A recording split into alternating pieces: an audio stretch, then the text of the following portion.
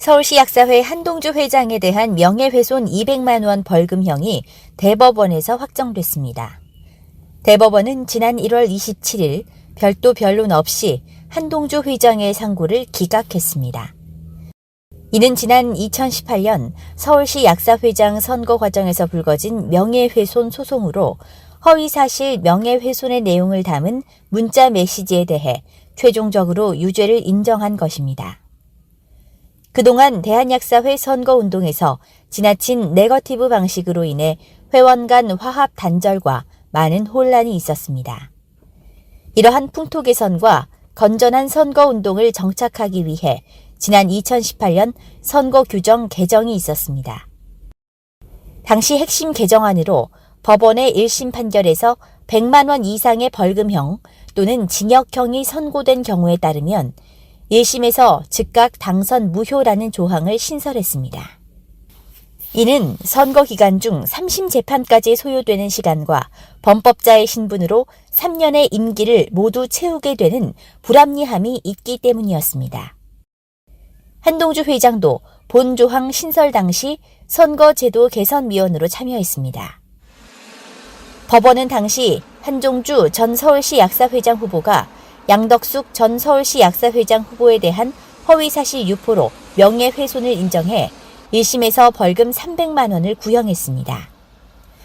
그러나 대한약사회 윤리위원회에서는 임기 개시 전이라는 이유를 들어 한 회장은 3년간 회장직을 유지했습니다.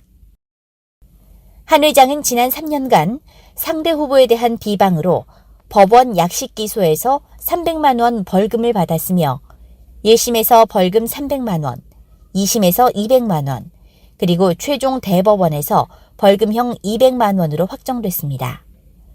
총 4번의 판결을 받아 이번에 최종 200만 원 벌금형으로 확정된 것입니다.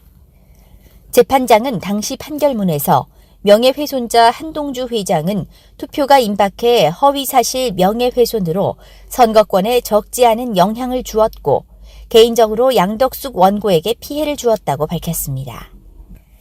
이는 허위사실 명예훼손의 형사법 위반 벌금으로는 중형으로 공직선거에서도 3심에서 100만 원 이상이면 당선 무효가 됩니다.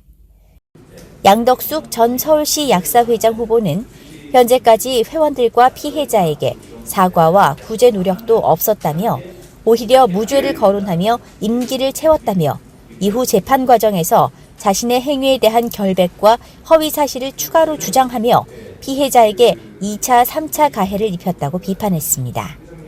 이어 일말의 양심과 책임이 있다면 회원들에게 사과와 함께 회장직을 반납해야 한다고 촉구했습니다.